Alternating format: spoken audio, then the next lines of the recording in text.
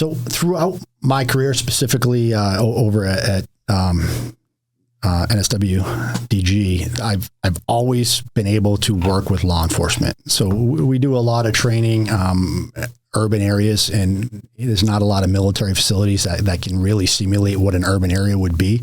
So we'll call up police in whatever town and be like, hey, do you have any buildings you're using for training? Can we come train on those targets? And if they say yes, then we'll offer to train you back as kind of our way to give back, because we can't obviously pay to do that. So I started training law enforcement while I was in the Navy a long time ago, and it stuck with me how varied the level of skill was from one city to the next, and how little time was spent on training what we felt like should have been, from our perspective, the focus. And I always had it in my head that I wanted to do something to give back to that community. And then as someone who's in the military and I'm downrange on the road 250 to 60 days a year, the police have always looked after my family. I have a great relationship, and I've always had a great relationship with Boston Police. One of my partners now is retired Boston police officer. So there's a special spot in my heart for those guys and just for law enforcement in general. And as I was getting towards my end of my career and watching all these incidents play out on TV and seeing the criticism of law enforcement from people who have no idea what they're talking about, I felt the need to stand up and do something about it. And, I joined the military because I'm service oriented and I want to take care of my family and make communities safer. Well, that's why I'm doing what I'm doing now, because I have that same need. I'm just not doing it overseas anymore. Now I want to do it domestically and be able to help a community that's done so much for me throughout my career.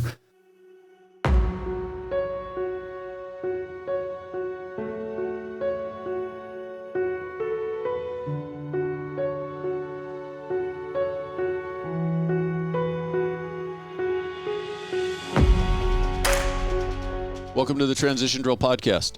I'm your host, Paul Pantiani. I appreciate you taking the time to watch. So let's get into this. How long is this trip out to California taking you? I'm here. I got here yesterday, so I'll be here through Sunday. So we'll drive up to LA after this. I'm going to sit down with James Whitaker on Thursday, and then Marlon and I are going to fly up to Sacramento Saturday morning and do a podcast up there and then back down. So sorry. So it's a week trip, which is fun. I like being out here. I've been out here quite a bit, so it's always good to get back. Are you doing this more as a introducing the training that you guys are doing kind of road trip? Yeah. So Austin last week, same thing, 2 podcasts down there. For me, it's exposure that I need to really get the brand out there. Not just myself as the brand because of my background, but the nonprofit and the mission of the nonprofit and why we're doing it. So the easiest way to do that is start getting on these podcasts and start talking to people who have the connections within law enforcement and obviously within the media too, so I can start getting some recognition. Well, I appreciate you making the trip all the way to California just to do this one. And then Absolutely. With all of your free time, you're doing some of the other ones. Yeah, exactly. Because this is why you came to California. You're my first law enforcement podcast or law enforcement backed podcast. And that was why I wanted to do it. So this is really where I want to be, because who better market to than the people that I'm trying to help. Now, you mentioned Marlon. Is that Marlon Marachi? Yes. So I've had him on the podcast also, and really a great resource to work with from the training aspect of law enforcement. I think you'll really be doing good connecting with him. And I'm assuming the Savage Group. Yeah, so I linked up with Marlon. I think I was on Newsmax at one point in time, and he reached out to me afterwards as he was finishing up his LAPD career to see if there was anything we could do. And I had really just started the nonprofit at that time and hadn't got out to the West Coast much at all. So we just started having the conversation, and every once in a while we'll go back and forth. And I reached out to him when I decided I was going to come out here and do some podcasts, and I think he linked me up with you as well. But this will be the first time I get to meet him in person. So for you, let's go back. Okay. Where's hometown? Where'd you grow up? I grew up in Worcester, Massachusetts, so about 35 miles west of Boston. Small blue-collar town. Actually, not a lot of people hear of it, but it's the second biggest city in New England, so it's pretty good sized town. Generational. I grew up in the same house that my mom grew up in. Small town. All my neighbors were uncles and aunts and grandparents. Everybody knew everybody. So Great place to grow up. Is Worcester one of those places where most people say they're from Boston just to make it easier? Yes. If you're anywhere within like 500 miles of Boston, you're from Boston. So yeah, it is. Unless somebody's from up there, but that's typically how the conversation goes. Where are you from? Boston. Oh, me too. Well, where specifically? Oh, Worcester. Yeah, I got it. Yeah. It's like out here, everybody's from LA, but they don't realize that LA's a sprawl. Correct. Yeah. Boston is not, though. It is very geographically small, but there's a lot of people from there that aren't actually from there, me being one of them. So, big family, small family? My immediate family is just me and my brother, my parents. Big family. If you grew up in any of those old towns, Massachusetts, Boston, New York, whatever, your families, your cousins are your brothers and sisters because you're living relatively close, a lot of times going to school together. So from that sense, I was a very family-oriented kid. Always holidays, my weekends, I'd go play with my cousins. It was a very close family growing up. And then, we all decided to go to college in different places, and eventually people get sick of the cold weather up there and just migrate south. And now my kids don't have it the same way. So, and like we talked about previously, it's one thing to visit the snow. It's another thing to live in it and shovel your driveway and everything that goes around living your life in it. It was great as a kid. It was, I lived for that, for snow days and missing school. And as an adult, not quite the same. Like, oh man, I got to shove my car out just to go to work. No thanks. As a young boy, what took up your time? Were you big into sports? Yeah, I played sports year round. Both my brother and I, our afternoons from the earliest I can remember, were out in the backyard playing wiffle ball.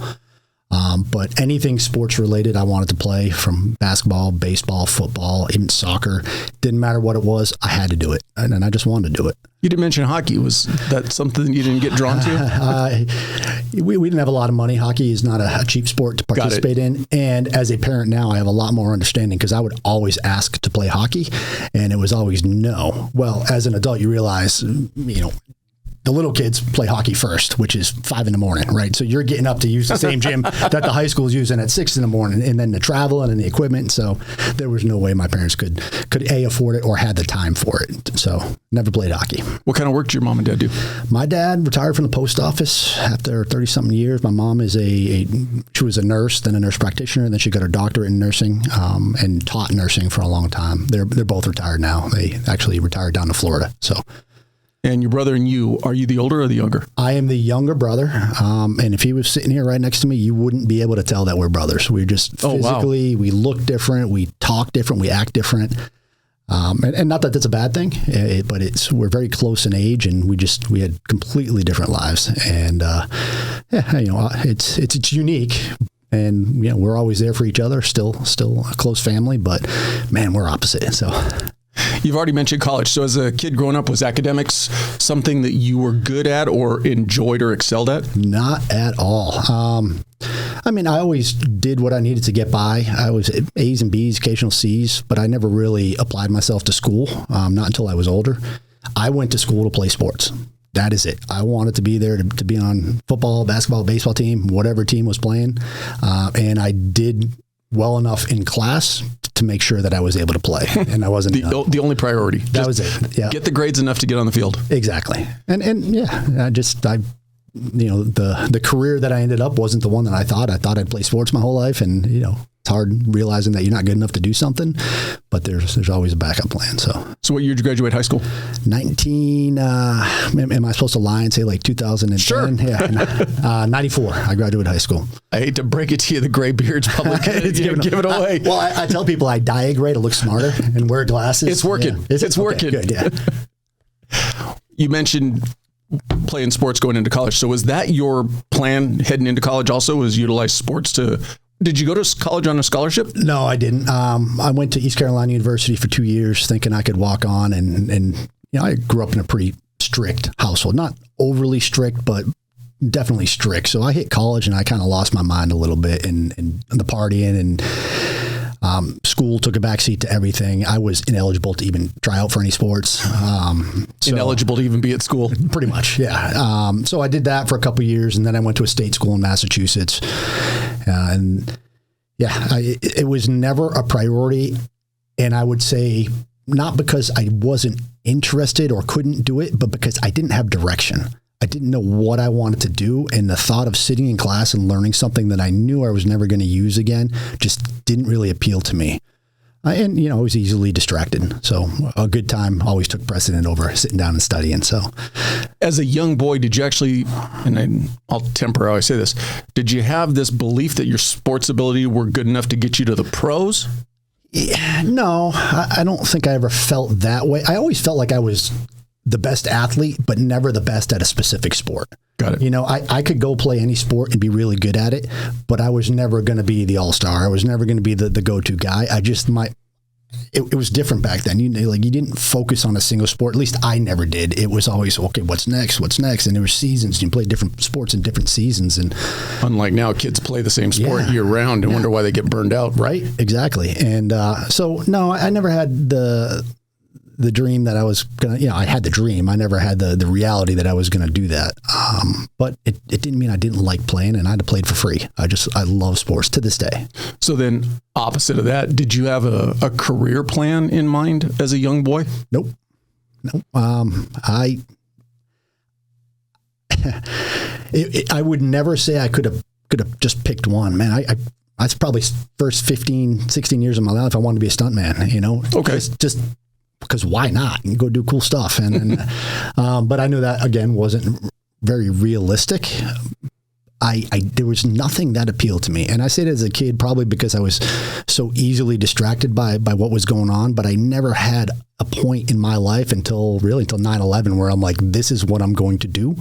I need to do this right now. Yeah.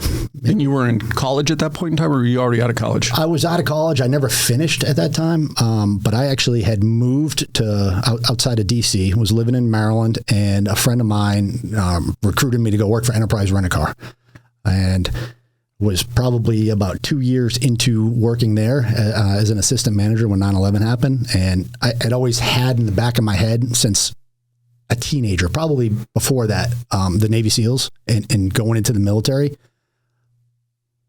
But I needed a little bit more motivation to kind of give up what I was doing with my life at the time for something that may or may not happen or be successful, right? Because, whether I never worried about quitting or not finishing, but the chance of injury, especially being a little bit older at that point, kind of kept me from doing it. So I needed that push, and 9/11 for me was that push. Going back to your parents as a young boy, if you happen to mention the military to them, were they supportive of that potential path or not? Yeah, my parents have been supportive of everything I do, which is crazy because I did a lot of stupid stuff. But they're still pretty supportive. My dad was in the National Guard for a few years when he was younger. So my grandfather was a Marine in Korea. So there was a little bit of a military lineage in the family, not a lot, but they were, as any parent would be, as I would be with my kids, they were nervous for me when I talk about it, and at the same time supportive of it. But prior to 9/11, never to the point of, hey, I'm actually going. It was always just kind of I might think about that kind of deal. Yeah, pretty much. There's a few instances where I was like, I almost, took the jump and decided against it, and I just didn't want to regret not doing it. And that being said, I never thought I'd make a career out of it. I thought it was, I'll go do my time, and then by then I'll figure out what I want to do in my life and do it. But yeah, I still don't know what I want to do in my life right now. None of us do. Yeah, right. I've got 3 going into college, and I've had that flip in thought process of, we put so much pressure on an 18-year-old with, what are you going to do with the rest of your life? Absolutely. Who the hell? I'm 54. I really don't know what I want to do with my life. So I think we unfortunately, we put a lot of pressure on kids to go to college and pick something that they want to do. And man, I'm like 18. Let me just live my life. Yeah, I didn't have the slightest idea what I wanted at 18. So I hope that I don't do that to my kids. Of course, I want them to go to school and get an education. You see the benefit as an adult and as being older. I get it. There's a benefit to knowledge, but there's the ancillary side of it. There's no point to go to college just to get a piece of paper if you're not going to utilize that piece of paper. Absolutely. I couldn't agree more. And yeah, I don't have this unreal expectation that my kids know what they want to do or will know what they want to do, 14 and 11. So I've got some time to figure it out, but I'll be supportive of them. If they want to wait to go to school, that's fine. If they want to jump right in, then that's fine too. Right. But I want them to have options. 9/11 happens. You're working at Enterprise Rent-A-Car in DC. Yep. How soon after 9/11 was it, I'm going in the military? The next day. Went and talked to a recruiter the next day. Like, how quick can I get out of here? And yeah, they took 6 months, and I was out the door heading to boot camp. You and 10,000 other people standing in that recruiter's office that day? Yeah, I mean, pretty much. It was a lot of people, but I don't know if anybody jumped on the in line that quick. But I was already contemplating it, already thinking about it. I learned a lot working at Enterprise because you're working with a bunch of recent college graduates that still want to have that little bit of a college lifestyle where they can go out and hang out, but they also have to run a company, right? And it's very franchisee in that way, though you're running the business. So I learned a lot on the business side, which has helped me now. And I have some leadership stuff that I've taken away from people I worked with at Enterprise, surprisingly, and carried through the military. But I knew an office job wasn't for me. I knew I didn't want to do it. I still didn't know just what I wanted to do, but I always had SEAL teams in the back of my head, and it appealed to me, and I couldn't even tell you where it came from or why. But man, the documentary with Charlie Sheen. Yeah, exactly. That's how I strive to live my life right there. That and Rogue Warrior probably changed a lot of guys' lives in my generation, because the book and the movie were inspirational for us. How true they are? Well, never let the truth get in the way of a good story, right? It motivated you, right? It motivated me, yeah. And then, the light bulb was 9/11. Like, nope, I need to do something. I've always been service-oriented, even now, and I just felt like I had an obligation to volunteer and go do this job to make a difference, to protect my family, my friends, my community. And next day, I went and talked to him and said, all right, let's do this. And it was only the Navy you went to talk to? That's it. SEALs, all I wanted to do. I didn't talk to anybody else or consider anything else. Were they giving contracts at that point to go straight into BUDS? Not straight into BUDS, but you had a guarantee to go to BUDS. So the paperwork that I signed, I had to go to boot camp. I had to pick a rate. So a job, MOS, they call it in the Army, but for me, it was Intel. So I finished boot camp, went to Intel school in Dam Neck, Virginia, and after that, went straight to BUDS. And your experience in BUDS, were you able to get through it the first time? First time, yeah. I was a little bit older. I think I was 24 when I got there, and it's pretty wild how 2 years makes a difference. Going from 22 to 24 physically. How being 18 to 22 is very different than 22 to 24. So.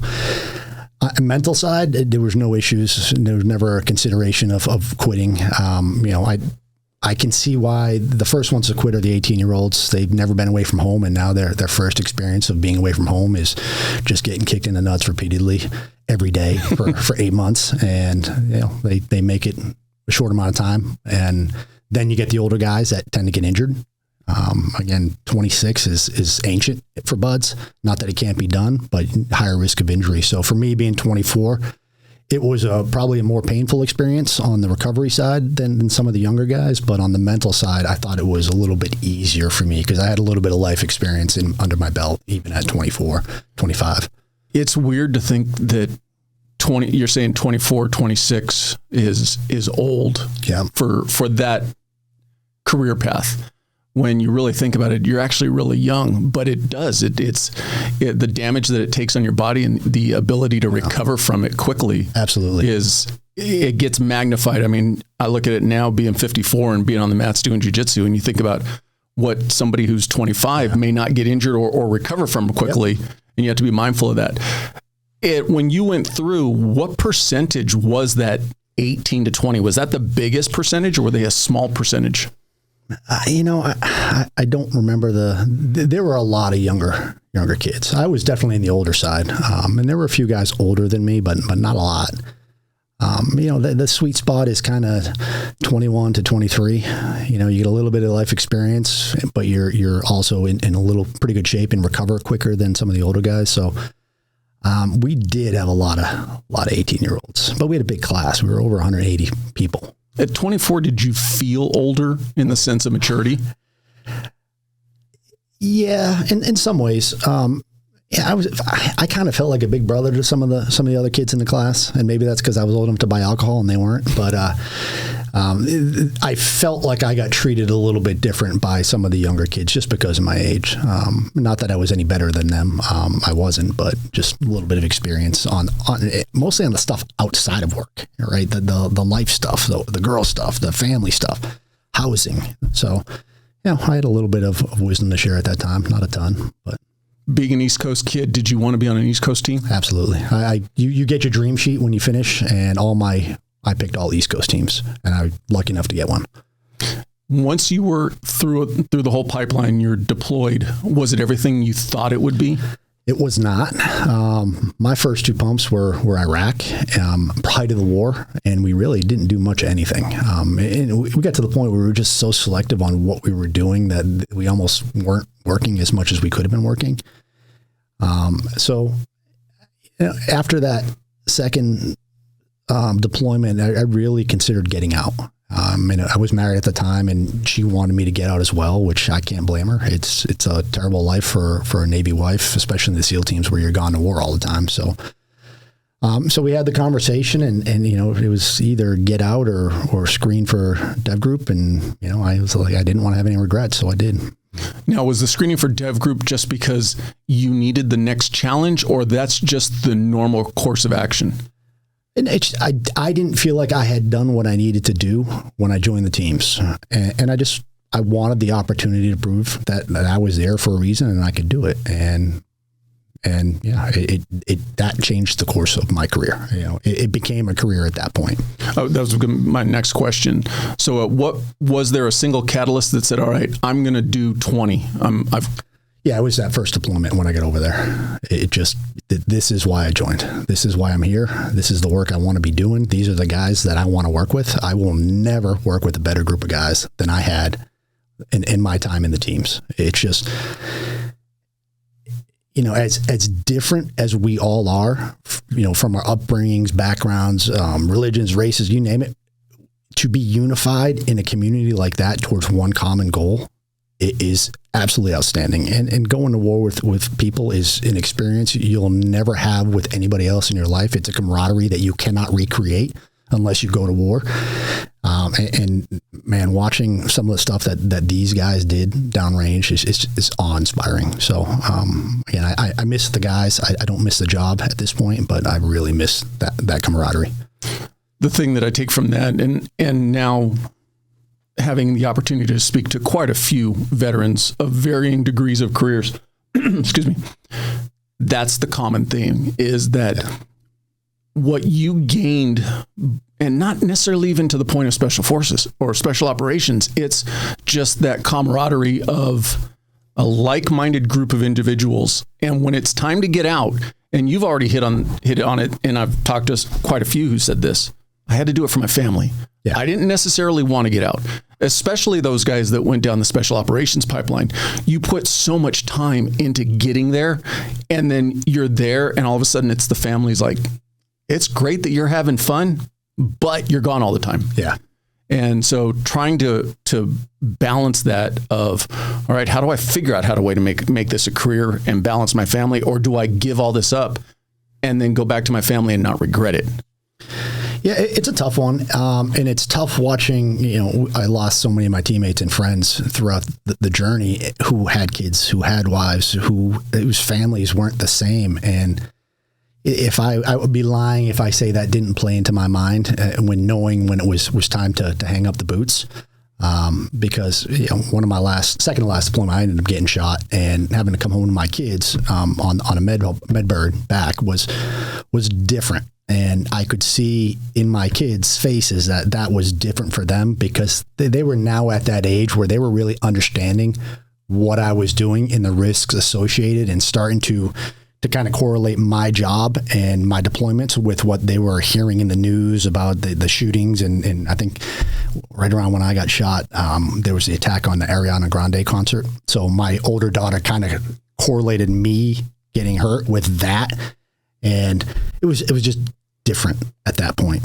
And it became a lot harder to be away from my kids. And I was also divorced at this point. So shared custody, which, kudos to my ex-wife. She's always been great about making sure that I get all the time I can with the girls, just because my schedule's so difficult. But Yeah, it's the family aspect is really tough in our community, and there definitely comes a time where it's got to be prioritized over doing the job or continuing the job.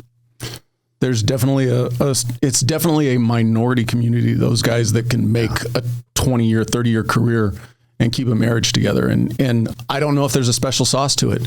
I mean, it truly is a literally 50-50. It's as much the spouse's side as it is the sailor or soldier side. Absolutely. And again, my marriage did not work, but I have a pretty good, solid relationship with my ex right now, which, it's all about the kids. Right.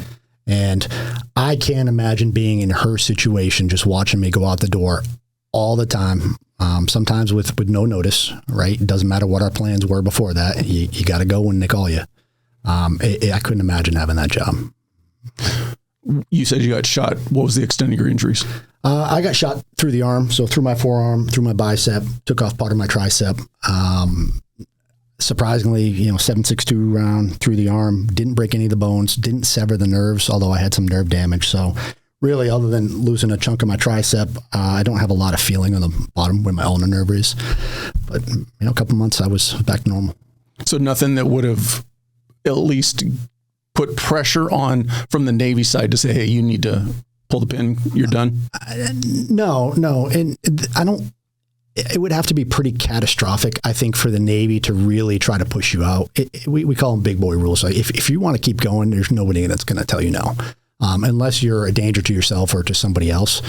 But I mean, we've had guys work after losing a leg and continue to go. So guys without digits continuing to go. So if you're ready to get up and do the job, then they're ready to have you, and they're going to try and find ways to keep you there, not to get rid of you. It's just, you're an asset in many ways, and you're invaluable in many ways. So yeah, it's better for everybody if you want to stay that they keep you. They've invested at that point so much time and money in training. Yeah, and the knowledge you have at that point in your career for the younger guys coming up, even if you can't deploy, but you can still give back in a mentor type of way. It's added value. What year was that? 2017. At that point, before the shooting, were you starting to think about, all right, 20 years, I'm out? Or was there a chance you'd go longer than 20? I would say it was depending on what was going on in the world. For me, had we still been in the height of combat, I would have stayed in and tried to go to the next level as far as jobs. But we weren't there, and it would have been very administrative at that point for me, and that wasn't what I wanted. So to get out as an E9, so I was an E8 when I got out, if everything went well according to plan, I would have had to stay in another 5 years to get paid top 3 at E9. So that would have taken me to 23 years total when I made this decision, and I wasn't ready for that. And to me, that was one of the factors, along with my kids and the physical pain that I was in every day. Like, do I want to try and push through the pain and see if I can keep doing this, or is it time to step off the train and let the train go ahead without me? So, and that was the time. There have been a few that have made the jump from enlisted to officer. Were you ever given that opportunity or thought about that opportunity or that possibility? The possibility is always there, but never thought about it. It's a completely different job for the officers in our community than it is for the enlisted. If you want to be on the ground kicking doors and going in targets, then you're an enlisted guy. You're not an officer. They're just not doing that as officers. So, and if you think about what I tell people, if you're an officer, you're on the battlefield looking up and out, managing assets, and if you're enlisted, you're looking down and in, managing targets. So I always wanted to be the down and in guy. When did you start planning for your exit out? Now? Is that kind of, no, I'm just kidding. You wouldn't be the only one. I mean, I always had a running game plan. I don't think there was ever a point in my life where I didn't have what if it ends tomorrow moment, and trying to know what to do next. I also had the added benefit of, I know I've got a retirement. I know I'm financially stable. I have a house. I have my kids. If I don't want to jump into the first thing that presents itself, I don't have to. And I had almost 8 months, because it was during COVID when I was going out, So I had 4 to 5 months where we weren't even really going to work anyway because of COVID. And then I had the transition period where I was doing all my medical stuff and VA paperwork and all that, where I wasn't working. So, I decided I wanted to train. I wanted to train law enforcement and military. And I started my company doing that. And it was just really, it was a slow burn of getting out and progressing into the training side of things. And to be completely honest, it was somewhat of a placeholder for me. I knew that wasn't the long-term goal, but I also didn't have a plan. I didn't know what I wanted to do still. The reason I joined the Navy is because I didn't know what I wanted to do. It was going to take me through. And then I'm like, well, this is what I want to do. So in some ways I was back at square one when I retired, but obviously with a lot more experience and specific knowledges that I could take with me into the real world.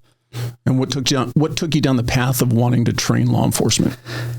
So throughout my career, specifically over at NSW DG, I've always been able to work with law enforcement. So we do a lot of training, urban areas, and there's not a lot of military facilities that can really simulate what an urban area would be. So we'll call up police in whatever town and be like, hey, do you have any buildings you're using for training? Can we come train on those targets? And if they say yes, then we'll offer to train you back as kind of our way to give back, because we can't obviously pay to do that. So I started training law enforcement while I was in the Navy a long time ago. And it stuck with me how varied the level of skill was from one city to the next. And how little time was spent on training what we felt like should have been, from our perspective, the focus. And I always had it in my head that I wanted to do something to give back to that community. And then as someone who's in the military and I'm downrange on the road 250 to 60 days a year, the police have always looked after my family. I have a great relationship and have always had a great relationship with Boston Police. One of my partners now is a retired Boston police officer. So there's a special spot in my heart for those guys and just for law enforcement in general. And as I was getting towards my end of my career and watching all these incidents play out on TV and seeing the criticism of law enforcement from people who have no idea what they're talking about, I felt the need to stand up and do something about it. And, I joined the military because I'm service oriented and I want to take care of my family and make communities safer. Well, that's why I'm doing what I'm doing now, because I have that same need. I'm just not doing it overseas anymore. Now I want to do it domestically and be able to help a community that's done so much for me throughout my career. And if I have the means and the knowledge and the ability to do that, then I'm going to do it. What was it that drove you to have your own company as opposed to working for somebody else? Honestly, I started the LLC at first just as a way to put myself out there as a 1099 contractor to do instruction. So I was working for other companies, which is fine, but I've always felt like, I don't want to be the one with the skills making other people money. Because at the end of the day, I'm the one with the knowledge. I'm the one who did this for 20 years and has the experience to teach it. Why shouldn't I be the one cashing in on it? And that's where the for-profit came out, because I started a for-profit for a year before I switched to a nonprofit. You always think you can do things better than other people, whether you can or can't. I want to try, and I'm a competitive person, and I want to be in charge of my own future, and having my own company does that. And it was a challenge because I don't have an MBA. I've never started a business. I had the enterprise experience learning how to run business, but it was a challenge to me, and it was way outside my comfort zone. And that's where we learn, right? We working in the uncomfortable zone is where we learn. And I came up with the idea and started doing it. And man, I learned quick. A lot of YouTube hours figuring out how to do stuff. And post 9/11, and I've heard this explained, war changed in the sense that it went from primarily jungle warfare to primarily urban warfare. So where many people might think, oh, you're in the SEAL community, how can you teach police officers? Actually, if I'm understanding it correctly, a lot of what you guys were doing were what police officers do. So there's the immediate correlation. Absolutely. And 100%, the tactics, fundamental tactics are fundamental tactics. And you can teach whatever you want. Everybody wants to come up with the next, latest, greatest CQB, how to enter a house. It all comes back to the same exact fundamentals, right? You might have a little variation here or there, but it's all pretty similar. And it's based on threat analysis and its distance and angles and getting out of the fatal funnel. But, a lot of what I see in law enforcement is they don't focus on the fundamentals as much as they should, if at all, which the ability to come from a community that is so, tip of the spear, right, is so much more advanced, I think, in attacks, because that's all we do is high threat tactics. That's not what law enforcement does. They're asked to do it, but it's less than 1% of their job, right, in the real world. So to be able to take that knowledge and teach it is great. But also the bigger thing that I teach isn't necessarily tactics. It's mindset and leadership and being able to work under stress. I worked under stress for 20 years. Every day I went to work. And if you don't train under stress, you will not be successful when you're put into stressful situations. And I think that's the problem we're seeing with law enforcement right now, is at the end of the day, you keep putting cops in stressful situations. You're eventually going to expose the cops that aren't comfortable working in that situation and fail. Right? And that's not to say that some people just are innately able to handle that type of stuff, but a lot of people are not. I know people are concerned in certain places about Navy SEALs training cops and militarization, and that couldn't be further from the truth or what I'm trying to do. I'm just trying to protect communities by empowering officers to be able to work under stress. Well, I think that what the general public doesn't realize is any operation, law enforcement wise, can turn into a tactical operation. Absolutely. And unfortunately, you can't deploy SWAT teams to every single call if for whatever reason one escalates to one. Correct. You need to have those 2 or 3 officers who are on scene who can at least address the threat immediately in a tactical manner. Yes. Until they can be relieved. And that's where I think a lot of people miss the bigger picture is it's not militarizing law enforcement. It's teaching them the tactics to address a situation until their QRF force basically can take over. Yep. And I've told this to my family, because I've had the opportunity to play both sides. I've been the fraud geek and I've been the SWAT guy. And what a lot of people don't understand is, yes, a SWAT operation, a SEAL operation is the highest level of threat and danger. But you're also going in the door with 18 to 20 guys who are all trained on the exact same page and they know what everybody's doing. That's what a lot of the patrol guys are missing. 100%. And the big part of that is there's a huge misconception of what the general public thinks law enforcement is capable of and what their actual capabilities are, specifically at the patrol level officer. And there are times where I've trained patrol officers and I'm absolutely blown away by the lack of any understanding of fundamental tactics or even firearms proficiency. It should not be that way.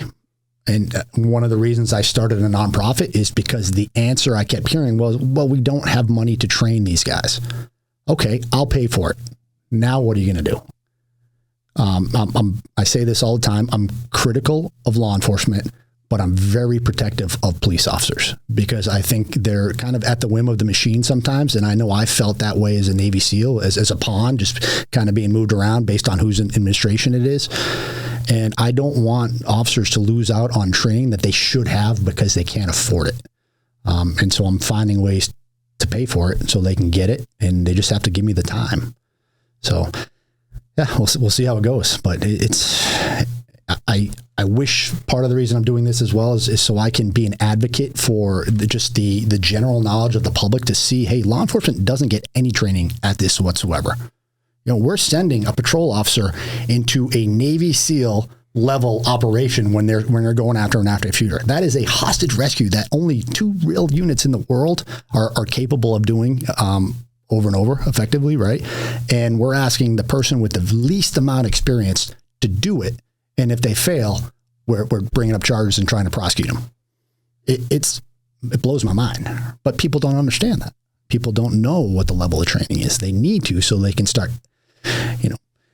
advocating for more training, for better training, for changing how we train cops. There's a lot of things that can be done if the budget gets pushed to do it. I've had the coordinator or the technical advisor for the TV show SWAT on the podcast. He's a retired SWAT guy. And one of the things that he talked about was, okay, when he was brought in when the show was in its inception and started throwing out, okay, this, and he was really aiming for as much authenticity as possible. And he had to work with the producers and our camera angles and all that kind of stuff. But one of the funny things he says is he goes, yeah, the show's not realistic because SWAT guys don't do investigations. Right. But how boring would a 1 hour show be of just repetition of training and training and training and training? But that's what the general public doesn't realize is these HRT teams, SWAT teams, SEALs, it's not just, it's a group of guys who want to do this. It's a group of guys that want to do that. And then every day are training to hone that specific skill set. Absolutely. And now you've got, and I don't mean this the way it sounds, you've got the average patrol guy. He's got to go out and handle from everything from the loud music call to the domestic violence call. And then, oh shit, this one call has turned into a tactical operation. And agencies don't have unfortunately, they don't have the time and the resources to train every officer to that level. Yep. I couldn't agree more. And it's kind of I have a really hard time. I think you just felt that, but I don't want to insult people. Right? And it's real, especially the community that I'm trying to help. But, and this isn't the patrol ever offer, a patrol officer, their level problem, right? There's a reason they're not getting the training. And it's something that maybe happens once in their career, if at all, like an active shooter, or just having to shoot your firearm in the commission of your job. But the excuse like, well, then we're not going to prepare for it. I just don't buy that. And I get why it's not happening. But what is the answer? How do we fix that? That's the conversation I really want to get going, because as a SEAL, I trained for 12 months to go work for 4, or I trained for 18 months to go work for 6, depending on what team I'm at. That's my op-time. That's my ratio of training to work. It is unbelievable that I have already trained almost every situation that I hope I will see downrange repeatedly for over a year just to be ready for that one job. Most law enforcement, especially at the patrol level officers, not the SWAT teams, have 40 hours of in-service training a year. Right? Is that enough to be able to go handle an active shooter situation or an act of terror like the marathon bombing? Clearly it isn't, right? Because it's a tier 1 level operation that a brand new guy with no experience is being asked to do. So what I'd like to, as someone I feel like I'd like to be an advocate for law enforcement, to think about how they train and how we can get to a position where instead of 40 hours a year, we're doing 40 hours a month. What does that look like financially? You know, if we can send how many billions of dollars overseas to help other countries, can we put some more money into our law enforcement to increase our manning so we can go on some type of op tempo where we have built-in training cycles into the operational cycle, where we don't have to worry about that, where the conversation isn't, why did he fail? Because he didn't get the training. Well, and the other aspect to that is you mentioned training for 12 months, 16 months, whatever it was. You're training with the same group of people. You all have a specific job assignment. Granted, you're going to cross-train and be able to pick up and do other things. But for the most part, you have your breachers, you have your point man, that type stuff. But for 12 months, you're training with that same team. The typical patrol officer in most organizations in 4 months is going to be working a different shift with a different crew. So you've trained this crew, and now 4 months later, they're all mixed up. Is the next crew at the same level of training to keep moving forward? Well, I think they need to be. Right? No, and I'm a huge advocate of cross training, and I think that's another. And we were awful at this, a lot of it because we just thought we were the best and we didn't have to train with anybody else. But and I go back to the marathon bombing because I spent a lot of time debriefing and talking about it. But if you're in a town next to you and you guys aren't working together and training together, when something happens that involves both your towns, it's going to be chaotic. Correct. And that marathon bombing exposed a lot of people. The Pulse nightclub shooting in Florida exposed a lot of these departments for not cross-training with other departments, because I already said your fundamentals should be pretty similar, if not identical. And then you adapt those fundamentals to meet whatever your mission is for your department. But when you end up working with another department, you should be able to fall back to that fundamental level. Like I could go work with our Army brothers and jump in an operation with them and probably be pretty successful because our fundamentals are very similar. And we've gotten to the point now where we're talking and sharing tactics and debriefs and AARs on our failures and our successes and why. Law enforcement isn't doing that, to my knowledge. And maybe some of the larger SWAT teams do, but not at the patrol officer level. Yeah, no, it doesn't happen at the patrol level. And no disrespect or anything to the guys and girls work at patrol. None whatsoever. They've got too much on their plate on a daily shift to then go, oh, let's break and go train. I've got 15 calls stacked up waiting for me. Yeah. And then, go do jujitsu, go do this, go do that. And it's like, well, again, can I see my family at some point? Because I just worked 70 hours this week. And it goes back to the budget, right? It's cheaper to pay overtime than it is to hire a new employee because you don't have to pay retirement, you don't have to pay health benefits. And it's a workaround. And you're ruining morale and you're overworking your people and making them not want to do the things that they need to do on their own time because they have to prioritize their family and their lives sometimes over working another 10 hours a week when they're already working 60, 70 hours a week. Again, this is something the public doesn't get to see or hear about.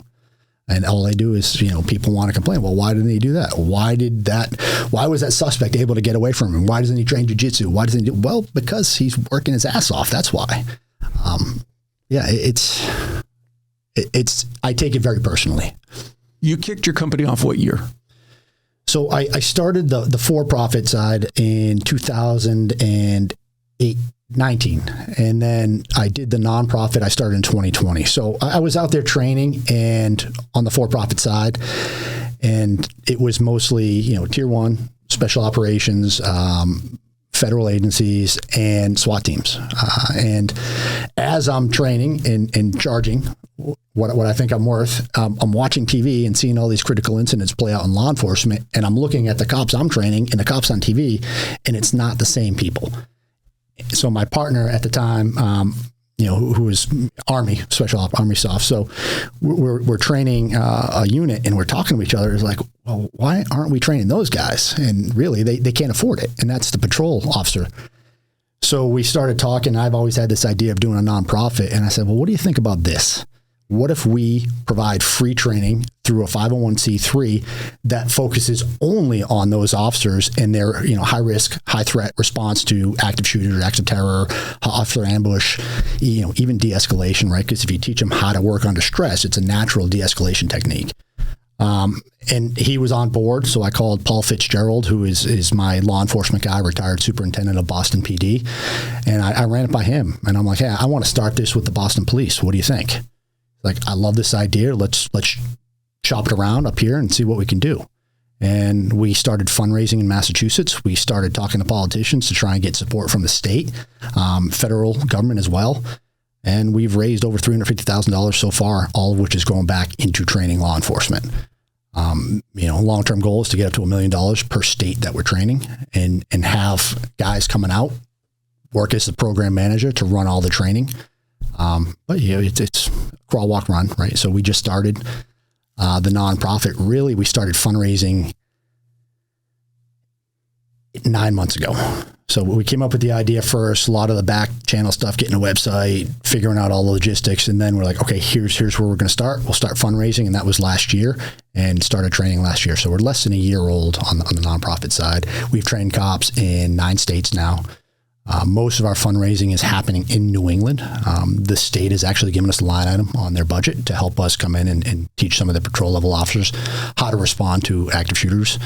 And how do they have rifle teams up there who are responsible for patrolling the city at all times. So working with them to help them get better at some of the fundamental techniques of operating that weapon system. And yeah, it's wildfire. Once you get a good deal out there, the word spreads pretty quickly. You mentioned the buzzword de-escalation. Yeah. And I'll overgeneralize this. I'm sure there's a naiveness in people when you're starting to present or pitch your training plan. Retired Navy SEAL and de-escalation, in their mind, probably doesn't go together. But I would imagine that like you said, training in stressful situations is actually a de-escalation tool. But what I'm getting at is, did you make the conscious effort, especially over the last couple of years, to really put de-escalation at the forefront? Or did you have to? I am not a de-escalation company. I'll say that right now. There's so many factors that go into de-escalation, right? And at the end of the day, the person with the gun has the final say. Correct. If they don't want to be de-escalated, there's nothing you can do that's going to de-escalate that person. And you can use all these techniques from psychological to physical or whatever you want. And at the end of the day, you still might have to shoot that person. But I think... for me, having that word as part of my program is huge because it is a natural response to working in a high stress situation, or training in it, is to be more comfortable and make better decisions under fire, which is what we're going for. And as a SEAL, de-escalation was probably the hardest thing we had to do. There was never a shot that I took where I didn't have to question whether or not that shot was warranted, right? Every round that leaves a weapon, and I tell this to police, you own that weapon. Even more so for law enforcement, because domestically, you cannot shoot an unarmed person or a civilian or whatever, because you're going to jail. I might not have the same views on de-escalation as some of the people who are screaming de-escalation, but it is important. And for many reasons, one of them being is we don't want to see officers go to jail for making a mistake and taking a shot that they shouldn't have, right? And the intent wasn't there, but if you mess up in today's climate in certain places, you can still be prosecuted. So it is a conscious decision. And the way that I incorporate de-escalation into my training is by making officers more comfortable to handle those types of situations. And if I start with the most difficult situation, which is that hostage rescue, active shooter, active terror, all that stuff that they're learning and the comfort levels they're learning, it becomes second nature at some of the lower level incidents that they might, the domestics they respond to, the, armed person on the streets or vehicle search or whatever it may be. They're learning how to work those incidents by learning how to work some of the high stress, high threat critical incidents. It's commonsensical to me, having done this for 2 decades, but it's something I have to sell every city I go into. Well, and unfortunately, you used a great analogy. There's a lot of people screaming de-escalation, and they're using the word de-escalation, but what they're actually screaming is don't do anything. You shouldn't do anything at all. You should basically walk away. That's not a viable option. No.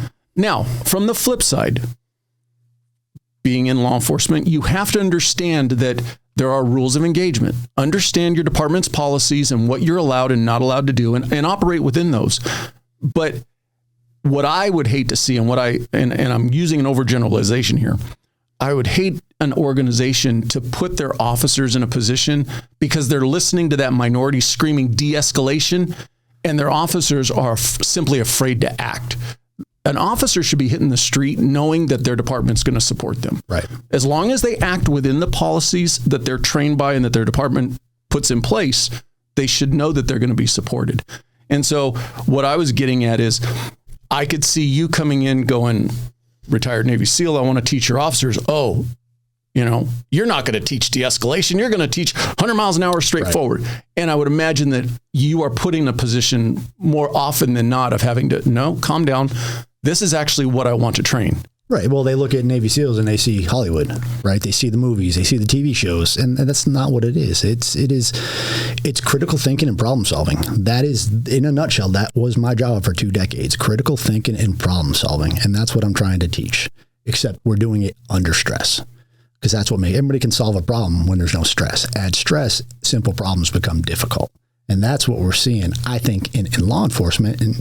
And yeah, if you're not supported and put in an environment where you can make a mistake and still have the department get your back, it allows you to act a little bit different. And I think the 2 things we're seeing now is paralysis by analysis, the inaction, Uvalde, right? And we're seeing the other where you redline instantly and you overcompensate because you go back to the one thing you do train, which is your 15 hours a year on the range shooting your gun. And now you just shot someone who maybe deserved to be shot, but potentially had you worked your job differently or had a little bit more training that allowed you to have options, maybe you could have worked around it. I'm not saying you did the wrong thing because you did what you were trained to do, What I am saying is there's other ways to do things that you should be training. And I think San Antonio a couple of weeks ago was a prime example of that. 4 officers shooting the woman with the hammer, and they threw those officers under the bus so fast, which is wild to me. And that's the ancillary unfortunate component of all of the screaming of de-escalation is there is a growing percentage of the population that's like, let's get it on. Yeah. More and more are willing to not listen when given commands, and and that's the danger part, because we're getting a bigger portion of society that's not following the rules. Yeah, agreed. And if you're going to be that person who continually interacts with police negatively, it's only a matter of time before you run into an officer who is not equipped to handle the situation that you're putting them in.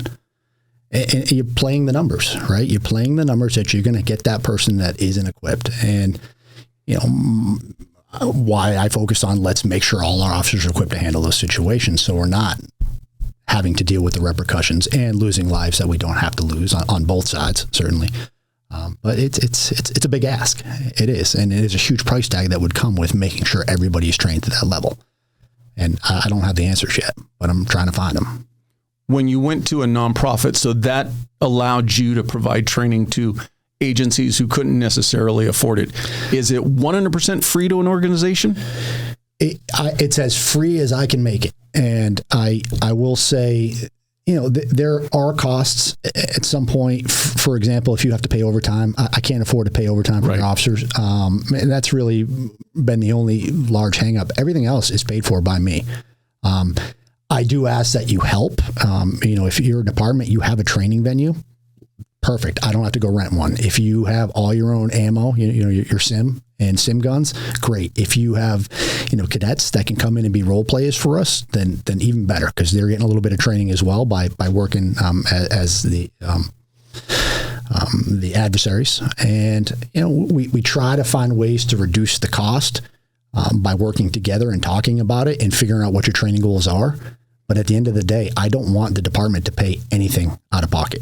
That's kind of the point. That's why I spend so much time fundraising and trying to tap into budgets and grants, which isn't really the reason I did the nonprofit, was so I could have access to some of the federal money to be able to put it back into law enforcement that I couldn't get as a for-profit. It's working so far. But the big thing I need is to get into that federal pot of money, which is hard to do as a brand new 501c3, and to try and get corporate support. Places like Walmart, Target, grocery, all these places where we're seeing these critical incidents play out that have a need for community safety, because at the end of the day, my mission statement is community safety, not law enforcement training. I get to community safety by making sure law enforcement is ready to respond to these critical incidents. So if I can tap into some of these big corporations that are willing to put money into investing in safety, then that would be sustainable. The private donorship, which is funding me right now, is sustaining me through the growing pains of starting a new nonprofit. And it's also, I like to think, it's giving ownership to the communities. If you're putting money, $5-10 into this, you have ownership in what your law enforcement is doing. And if you have kids in school in your community, then why wouldn't you want this, right? It's about their safety as much as it is, our safety and law enforcement, and even, the people we're going to catch. Your training class is 1 day, 2 day? I do a week of training, and I will be the first person to tell you that, and it's kind of why I'm critical of law enforcement training out there now. Not that the content is bad or the instruction is bad. I just don't believe you can effectively train an officer in a week to handle this kind of situation. This is a situation I spent almost 2 decades learning how to do, and it's still, the odds of failure are pretty high. Mm-hmm. So how I approach the situation is I'll come in to a department if they reach out to me, and we'll talk about their needs, where they think they need training. And then I would like to come and observe training that they're already doing, just to see what they're doing. And then I'll put together a plan for them, like, hey, this is where I think you need a little bit of help. And I don't bring in my own curriculum. I use theirs because I think it's easier to refine what they're already doing than it is to come in and teach something brand new, unless it's really antiquated or unsafe. And 99% of the time, it's all, within 2 degrees of separation. It's all pretty standard stuff, right? Whatever the alert or that those guys are putting out is typically what you see around there. But I don't come in to teach. I come in to expose where you need help. That is my philosophy. I will come in and I will watch you for a week and I'll put you through scenarios with stress and see how you respond. And then when we're done that week, we'll sit down and we'll talk about, okay, here's where you guys need to work. And I'll stay with you for the next year and I will help you build a training plan that better suits your needs. So for me, it's 1 week of me being there, but I have an expectation that the training is going to continue on even after I'm gone. And when you have questions, you call me or you call the guy that I put in charge of your training or whoever the contact point is, so we can do QA checks throughout the year to make sure that it's going in the right direction. But at the end of the day, this is a change in how law enforcement trains. It isn't a 1 week course. There has to be some sustainment that goes along with it to really make this work. In the event that this actually happens to these officers, in an active shooter situation or a hostage or active terror, something like that. So you're basically presenting the scenario, letting the officers work through it based on what they've previously been trained and what their department mandates. And then you're basically coming in at the end going, okay, continuing within the parameters that your agency has, here's another option for addressing it, or here's where you might need to step up. Correct. In a generalized way, but I'll tell you, 99.9% of the time, the problem is fundamentals.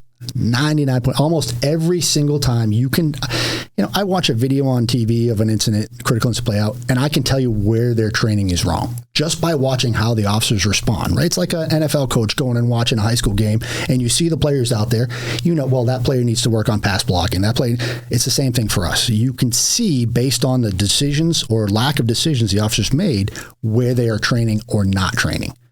And when you come in to kind of what I'm seeing on the active shooter side, and I'll focus on that a little bit, is that you're coming in and teaching varsity response to active shooter to people who have never had fundamental training on how to do it, never taught how to enter a room, how to clear a corner, how to get out of the fatal funnel, how to transition weapons if your weapons go down. Like none of the basic fundamental stuff that you need to have before you learn the A+ answer, it's not there.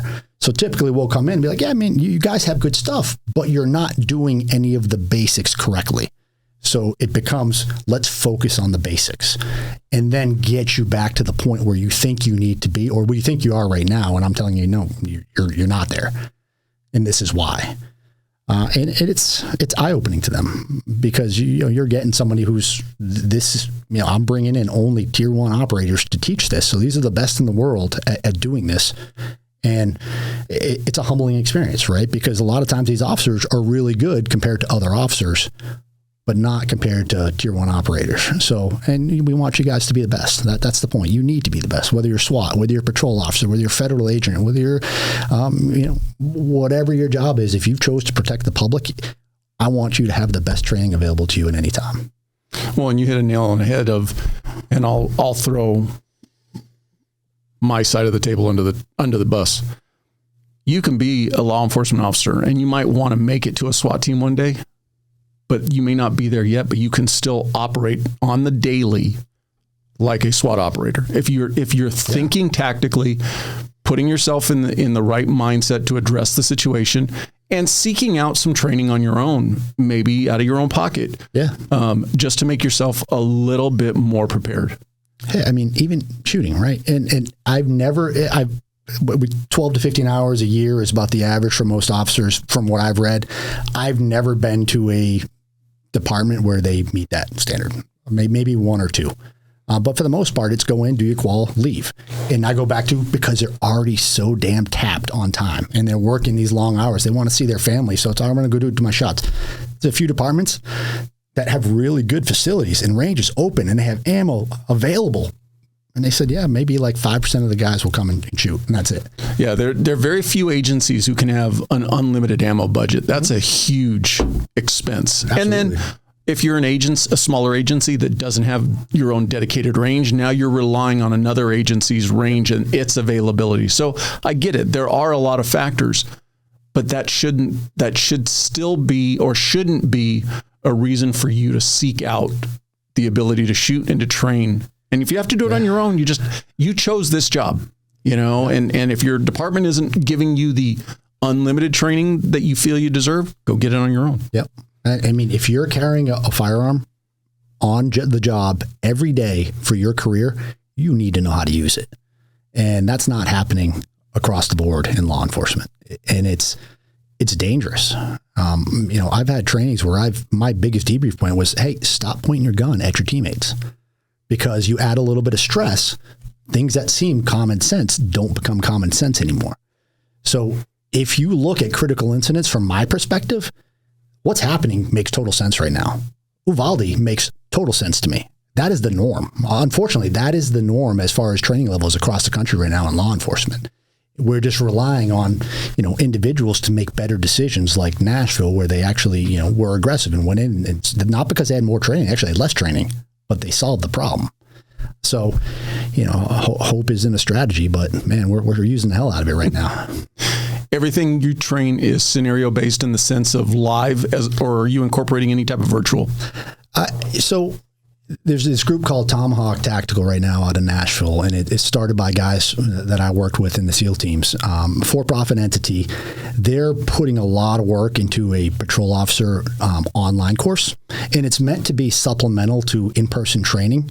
So they have access, and it's not that expensive, to be honest with you, but you have access to videos and training and how to do it. Well, did we do this right? Well, let me go back to the video and check, right? So what I would do, and kind of the goal is to start working with them more. So when I come in with a nonprofit and provide training, you also get, I pay for you to have access to whatever that online course is. So we're talking to those guys right now about how we can put that into the curriculum.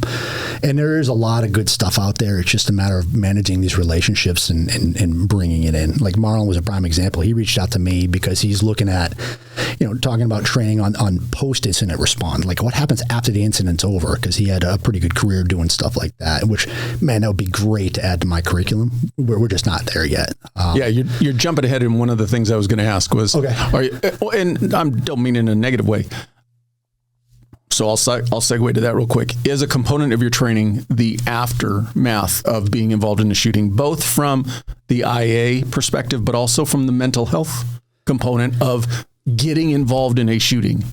It's funny. One of the biggest points of feedback I get is mental health. And when I go into, when I started this nonprofit and I started interviewing, talking to my friends in law enforcement, I was really taken aback by how much mental health has played a role in law enforcement. And I'm from a community where that's been huge, right? 22 veteran suicides a day. It is a point of contention for me. So, there is as we grow and scale, there is the conversation is happening right now about how we can incorporate mental health into that. What I'm doing in the meantime is I have an open door policy for any officer involved in a shooting, whether they've made shots and killed somebody or they themselves have been shot. What I do is I pair them up with a SEAL or an Army soft guy who's had a similar incident for just a pure mediation. There's no clinical anything involved with this. It's just, hey, this guy's been there. Go talk to him. He'll tell you how he got through it. And it seems to get some interest. And, there's typically, it's been mostly Boston right now. I know there's been a couple officers in Texas that we just haven't been able to link guys up with. But it's huge. I know when I got shot, I wanted to talk to people with similar injuries. How long did it take till you could use your arm again? Just simple questions like that you don't want to rely on a doctor to answer for you. You want someone who's been there. Right. So, yeah, it's a big thing. It's something that needs to be addressed. Just, you look at what's going on in the world right now with regards to, or domestically with regards to the perception of law enforcement. It's no wonder there's a mental health crisis in the community. So, it's prevalent, and we need to help it any way we can, especially coming from a community that's dealing with it for 15, 20 years now. Going back to the actual training curriculum, you've mentioned videotape a couple times. Do you tape your trainings? I do not tape my trainings, and it's one of those things. I don't mind if they get taped. I don't have anything to hide. It was a big step for me to start doing podcasts because I've never been open about my background in the teams. For me, it makes sense because it's the best way I can get my message out to help law enforcement. And even then, we talked about it, like there's things I won't talk about, but But the videotaping, I'm not teaching top secret tactics. I'm teaching fundamentals, stuff you learn at every level of law enforcement. I'm not teaching cops something they don't have access to already. I'm just teaching them how to better implement it in a structured training environment, and how to add a little bit of stress to expose some of the weaknesses. So if they want to videotape, I haven't had issues with them videotaping things. I haven't had, I'll videotape every once in a while for debrief points, to be able to go back and, cause sometimes people don't understand what they're doing wrong until they physically see what they're doing wrong. So, that's been about the extent of it up to this point. And that was the motivation behind the question, because you used the analogy previously of, I could send an NFL head coach to go watch tape on a high school team, and they're going to point out immediately, hey, that guy needed to catch that block, blah, blah, blah, blah, blah. What I was thinking is, if not allowing the students to videotape, if you actually videotape, hey, here's your first run through this scenario. We're going to go back. We're going to boom, boom, boom, boom, boom. And then maybe at the end of the week, here's a videotape of how you guys have improved. I didn't know if that was something you did. It's not something I'm doing yet. It is certainly something I'm willing to add to the scenarios. For me, what I like to do as the week progresses, I like to bring the students onto the instructor side and let them debrief runs. And it's kind of a similar philosophy, right? When you start looking for problems, they become pretty obvious to you. And I know this from experience. I've never learned more in CQB until I actually taught CQB, and things started to make more sense to me. Even, the thousands of hours I've trained at that point, still being able to teach somebody and watch them make mistakes and fix them, it's a great motivator for you as a professional to get better at your own skill. Or just to be standing on the catwalks above and watching another team move. Right. It's eye-opening, and realizing, I think there's a lot of confidence issues from people that don't do this on the regular. And I guess at any level, there can be confidence issues. So to be able to watch other people struggle through the same thing, you realize you're pretty much on par with your peers at that point. And certainly there's, on par, there's going to be right and left flanks, just like any other community. So always trying to find ways outside of just standing in front of someone and talking about what they need to do. Because I'll look back at my time, in a tactical team, and the old adage, check your ego at the door. Yeah. And we're going to start doing movement training. And then you freeze a situation, and you start pointing out A, B, C, D. And for the most part, 99% of the time, everybody goes, yep, my bad, I screwed up. Every once in a while, no, I didn't. And you're now bringing a similar type training to a group that doesn't understand that mindset. I could see you kind of getting a little bit of pushback of, I didn't do anything wrong, and that was where I was going. That was the only reason for my mindset of, hey, it's on video right here. Yeah. And we'll do that. If we see repeated behavior from an officer, typically it's unsafe behavior. Like they're oversweeping. Usually they don't see it, right? Their eyes are looking one way, their gun's going another way. They don't know what they're doing wrong. So putting that video camera up where the gun should be and seeing it somewhere else, it's like, oh shit, I am doing that. And they had no idea, because they're just tapped. They're beyond their level of comfortable stress. And we call it tunnel vision, right? You go jump out of a plane, what are you going to see? You're going to see the ground. That's all you're going to see because you're afraid. It's the same analogy. The first time you put someone into a stressful situation where they have a firearm and potentially the person across from them has a firearm, it's tunnel vision. That's all you see. You don't see everything else around you, and you need to get to a level where the aperture starts to open up and you start to take in the full picture, right? Because you can't make educated decisions if you don't have the full picture. So it's an interesting place to work. Because I really feel like we're taking people from 0 to 100 pretty quick, and they need to go to 1,000, and trying to figure out how we do that. Well, you're taking them from 0 to 100, or even a 0 to 1,000 in a week, but then most importantly is the fact that they need to take the mental mindset with them. They're obviously going to regress, but hopefully they don't regress back to 0. Hopefully you come back a month later if you did a reevaluation, and maybe they're still in the 40 to 50% range, because it's as much as giving them the training as it is embedding the mental aspect of taking the training with you and moving forward. A lot of it is just helping them realize that they actually need more training, right? Because a lot of people aren't asking for it because they don't know they need it. And again, hope. right? Well, what are the odds I'll ever be in an active shooter situation? They're probably pretty slim. I know it's all over the news. We see it all over the place, but the odds of it happening in your community are slim. It doesn't mean it can't happen, and it doesn't mean we shouldn't be prepared for it, right? If I didn't prepare for everything downrange, and the first time I saw something on target, usually that didn't end up well. Right. And then we would come back and we would debrief and we would AR and we would try to fix the problem. And that, unfortunately, that's how we learned a lot of things, was getting people killed at down seas because we weren't prepared for whatever that situation we saw was, or we took some kind of shortcut because we got a little bit big for our britches and thought we could get away with something and we couldn't. And so we go back to the table and we work it and we train, we figure it out. And all right, this is the way we should have done it. And this is the way we're going to do it going forward. And that's one of the things in special operations we're really good at, is being predictive on threat analysis and being able to figure out what the primary threats are going to be and be able to train to task, but also knowing what some of the ancillary and tertiary threats are going to be and be able to train to that as well. And law enforcement, unfortunately, we don't see that. And a lot of it is because they don't have time to do that, right? Because they're focused on the here and now and being protectors and keeping the community safe and doing all the other parts of their job that I don't have to worry about as a Navy SEAL. I'm not out pulling people over, writing tickets downrange, right? I'm out fighting a war. So, there's significant differences between our communities that make it really tough to get that message that I'm trying to push to resonate. But, I'm going to keep shouting and saying, hey, this needs to happen, because the problem is going to fix itself. And law enforcement, I think, is hopefully now starting to see that the landscape of threats is changing in the United States, and to be able to respond to another marathon bombing or, since 9/11, all the threats that are out there that potentially could happen, the first line of defense is law enforcement, and they have to be ready to respond if we're the ones as a country asking them to do it. So, I want to advocate as much as I can for law enforcement to have the ability to have that option to be able to train when they need to and when they want to. Well, and you bring up a great point.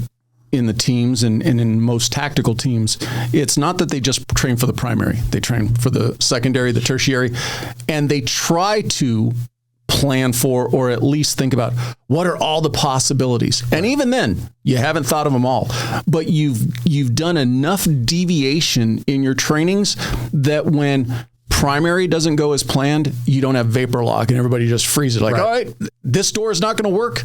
Secondary option, and you just pivot and move on. Where I think for the average law enforcement officer, well, we're going to train this scenario, but when that scenario doesn't go as planned, there's not the ability to take what you've trained and what you've learned and just adapt and improvise. Yeah, and San Antonio, prime example of that, right? And I can watch that, and I know they don't have the training to do that, because as soon as the woman with the hammer, didn't respond, there was no answer. There was no tactical movement. There was no putting yourself in a good position to handle the situation. There was no, and I'm not going to say de-escalation, because I think they did a good job based on what they had. But there was no tactical escalation that could have led to de-escalation, meaning distance and angles, moving around to a side to try and flank and make her fight on two fronts, right? Because that's Sun Tzu, Art of War, right? Make the enemy fight on two fronts and you have the advantage. So they didn't do any of that. They just stood in front of her and you just watched their meter go like this until they got overwhelmed. And it didn't take long. So it's weird, and I look at special operations as a culture. It's different from the military culture. I look at SWAT teams as a culture. It's different from the law enforcement culture. Unfortunately, we need to start getting some of that culture in SWAT to where they prioritize the training and they prioritize learning from mistakes and being open with mistakes, so that you can teach other people not to make the same mistakes. That culture doesn't exist in a lot of communities. How do we teach that? Because that's huge in our community. Being open. When you mess up, it's like, hey, I did this. Our debriefs, everybody's talking. Hey, here's what I did right. Here's what I did wrong. Every time. Even our successful missions, right? Because if you wait till you fail to change, you're never going to change unless you fail. So we are always trying to find ways to get better and looking down the road at what's changing so we can adapt to it. And I wish we could get that, to be more commonplace at the patrol officer level, because I don't think they're there yet like most major SWAT teams are. And the other aspect of it is, even in the most high-stress tactical situation, if you're given the opportunity, it's not uncommon. it may be, just verbiage, but take a knee, take a breath, and assess. Yeah. But even still, if the threat is still coming at you, you have to be able to think beyond the primary, keep addressing the threat, but also be thinking about alternate options. And I think that's where the lockup happens, is due to the lack of training, the primary is not going the way I thought it was going to go, and I don't have the ability, while continuing to address the threat, think up alternative options. Absolutely. And it is a very difficult thing to do for people that don't come from a background where you learn to do that. A lot of people who grow up playing sports, that's a methodology, right? You got to be able to react on your feet. But we can't expect everybody to do that. So we got to teach that. We got to put people in scenarios. We talk about the differences between my community and your communities. I have been selected repeatedly to get to the position I was at, along with every other person next to me. Went through some kind of, buds, and then, another selection course. And I had to do my job every day. And if I didn't, I got fired and I would get kicked out of the team. So there's a level of competency that is guaranteed almost at that level that doesn't exist in law enforcement. Not to say that there's not competent people. It's to say that there aren't people who are vetted based on their ability to perform under stress, because you just couldn't do that and have almost 800,000 officers in the U.S., right? So it's a lot harder to have an expectation of success in difficult situations when you don't have a system to eliminate the people that aren't capable of handling that situation. And playing devil's advocate, and the other side to that, one of the things that fortunately the military has done, and with a lot of law enforcement agencies that have SWAT teams, is they give those teams the best equipment, they do, the most amount of training. So there is a catch-22 on it. Yeah. Yes, you were heavily selected, heavily vetted. You were there. Every guy next to you wanted to be there. Granted, great.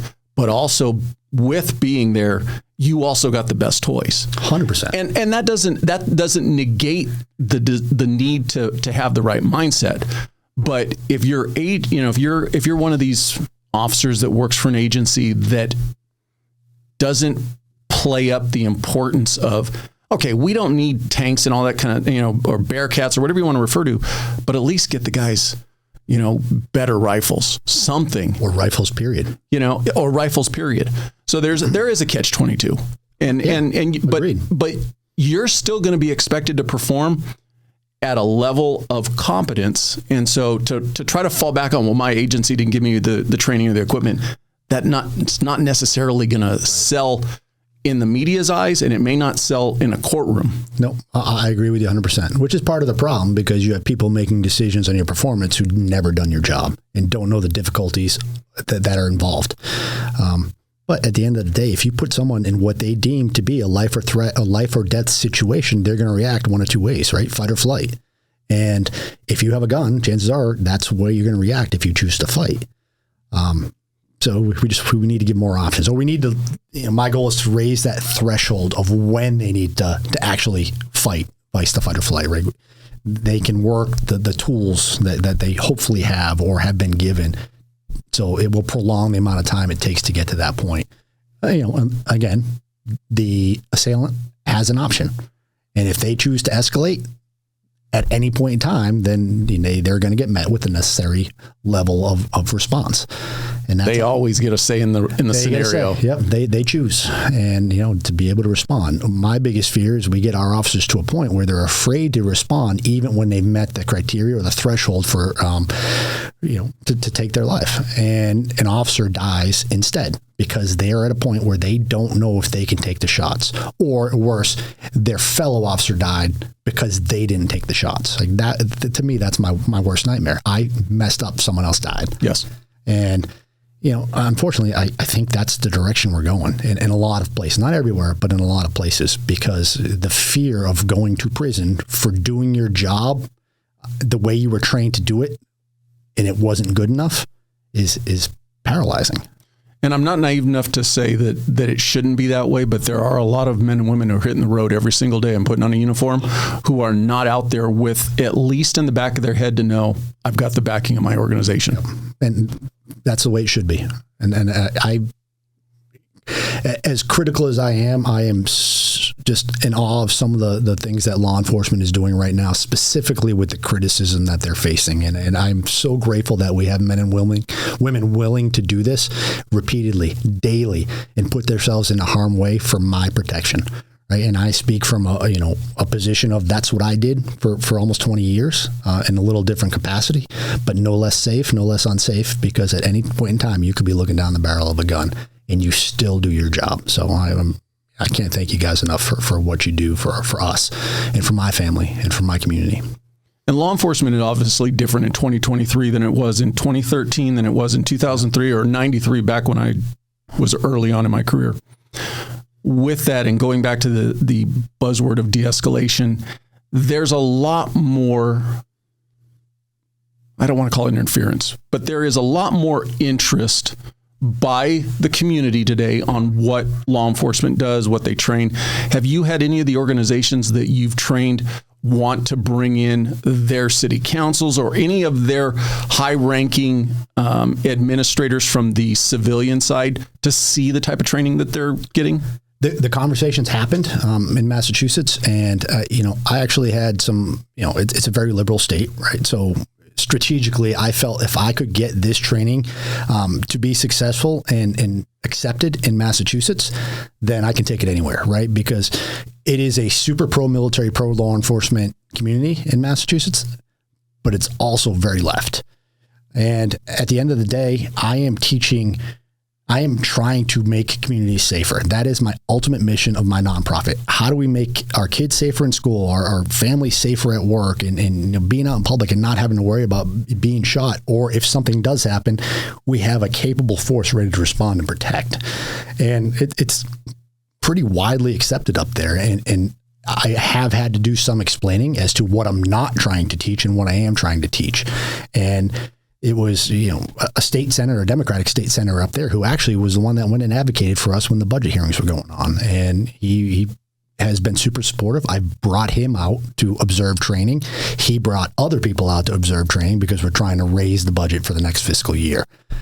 So there's nothing I'm teaching that you can't come watch as someone who's a policy maker or decision maker. I encourage them to come and watch because I think seeing it in person really adds value to why we're doing it. When people who aren't on the job walking a beat realize how dangerous it is and how much work goes into being able to respond to this type of situation, and knowing that even if you do everything right, it can still go wrong and cost lives. It's invaluable to show that. And obviously I can't go shoot real weapons. So I bring stress as only a team guy could do, who's been doing this for a long time and knows how to bring out the stress in training. Just knowing it's Sims ramps up the stress. Oh, yeah, right. Absolutely. Or, just not knowing what's on the other side of a door is a huge motivator or intimidator. So, and also messing up in front of your peers. You ever put a mask and a vest on the policymakers and let them just run through a scenario? Not with law enforcement, but I would do that. I do some of that for the donors as well. As, hey, you want to be a Navy SEAL for a day? Let's go. Make a significant donation. I'll take you out. We'll go shoot guns and we'll let you run some scenarios. I know there are a lot of law enforcement training groups that are doing just that. Yeah. They're just going out and engaging the policymakers. Hey, let me put you through a very basic scenario. How would you react to this? Yep. Just to kind of put a little light on them sitting behind their desk saying, you should do this. Yeah. Let's go out and do it. Yeah. Thank you for deciding what I do on my job that you've never done. Right. But if that's what it takes, I have no problem doing it. Obviously I only have so much bandwidth and most of my time is spent fundraising right now. And I'm fortunate to have guys that I can bring in to do the training for me, but I enjoy training. So I still try to go out to all the training exercises just to be around that culture and community and around the boys. Sitting at a desk and a computer sucks and doing fundraisers. I actually enjoy the networking part of it. I enjoy the fundraising part of it, but it's time consuming. It's a lot of work. It's funny going way back to when you were saying that if you'd have stayed in, it would have been more admin work. And what are you doing Here now? I am, yeah. So much admin work. I started my own company and what am I doing? Oh man, I did. Yeah, it'd be nice to get to the point where I can start staffing out. I just have a really hard time taking money away from training to put towards building the company. And I know that's a terrible perspective to have from a business side, but I'm just trying to get past that. And the goal is to start hiring people to do that stuff for me. And if I can just focus on the networking and talking to politicians and talking to departments and really doing this stuff to advocate for law enforcement training, then I would like to just focus on that and let other guys run my operations, run the training for me. Here's the next client, here's the next customer, here's the next fundraiser, and just show up. So we've referenced the company multiple times now. What is the company by name? Community First Project. I started Blue Force Strategies, and it was the nonprofit, and then we had Blue Force Strategies Inc., which was the 501c3. But the names were too close, so we just came up with the idea of Community First Project because it's a lot softer and all encompassing, and it really focuses on what we want, which is community safety. So c1p.org is our website for anybody that wants to go check it out and see what else, get some more information. By all means, go on there. But that is what we're doing business as right now, Community First Project. And if an organization wants to bring your team out to train them, go through that website? Go through the website. The email links directly to me. I have access to all that stuff. We have an Instagram. I'm not a social media guy, and it's 2023. You better start. I am trying my best. I just wish my kids were a little bit older. I could just pawn it off on them, but I'm getting there, to the point where I'll start doing the social media. I have the Instagram, but it's like, all right, do I work on this curriculum or do I post for the whatever? It's like, God, man, I hate this stuff. So I just need to hire like a teenager to come in and do that for me. Or just find another 5 hours in the day. Yeah, I got that. But yeah, anything you need, you can go there. You can contact me directly. You can donate on the webpage. We'll start updating it with what we have going on. Typically, we're mostly in New England right now. We just did a training event in New York. I've been talking to departments in California already. I'm going to come out here in September and speak in San Diego for the Women in Law Enforcement Conference that they do every year down there. And I'll tell you the same thing. I will never say no. If someone wants to reach out and have a conversation and review tactics and talk about how they would have done things or review a critical incident with me, I will do it. I'll give you the time. I might not be able to come out right away and train in California or Arizona or wherever because I haven't fundraised in those states yet. So I would ask if you have a plan, maybe you can help me with some of the fundraising or an into the state budget where I can go and lobby and start to get grant money or wherever, and we'll put that into the training 100%. And that's the long-term goal is to get people that are coming out of the SEAL community who want to move home to whatever their home state is and aren't necessarily sure what they want to do next, like me, right? Right. I'm going to hire them. They're going to be my program manager. They're going to work, 20 hours a week, managing relationships, setting up training a few times a year, and just being the point of contact for anybody in that state. And then they can figure out what they want to do, and we'll pass it off to the next person in line, right? Because there's no shortage of guys that are getting out and want that opportunity to give back to the law enforcement community, want to make a little bit of money doing it. And if I can help them do that, it's a double win, right? I help law enforcement, I help my community, and we get the training into the hands of the people that really need it. So yeah, that's kind of where we're at right now. And it's, we have a 5-year plan, we have a 10-year plan, and we're executing every day. Well, I wish you the continued success. I appreciate your time, and I hope that more agencies start seeing the benefit in doing this type of training. I hope so too. We haven't had a negative review yet from anybody we've worked with. So, anybody needs help, call me, we'll get it to you. If I'm not the person with the answer, I will find the person with the answer. But yeah, first step is contact. Send me an email and let's chat. But I appreciate the time. I appreciate you having me out here. And it's great to talk. And it's great to get your perspective too. Thank you, and all the best. Yeah, all the best to you. I appreciate you watching. But before you go, if you like the video, please hit that subscribe button. Also, any comments are appreciated. Thank you.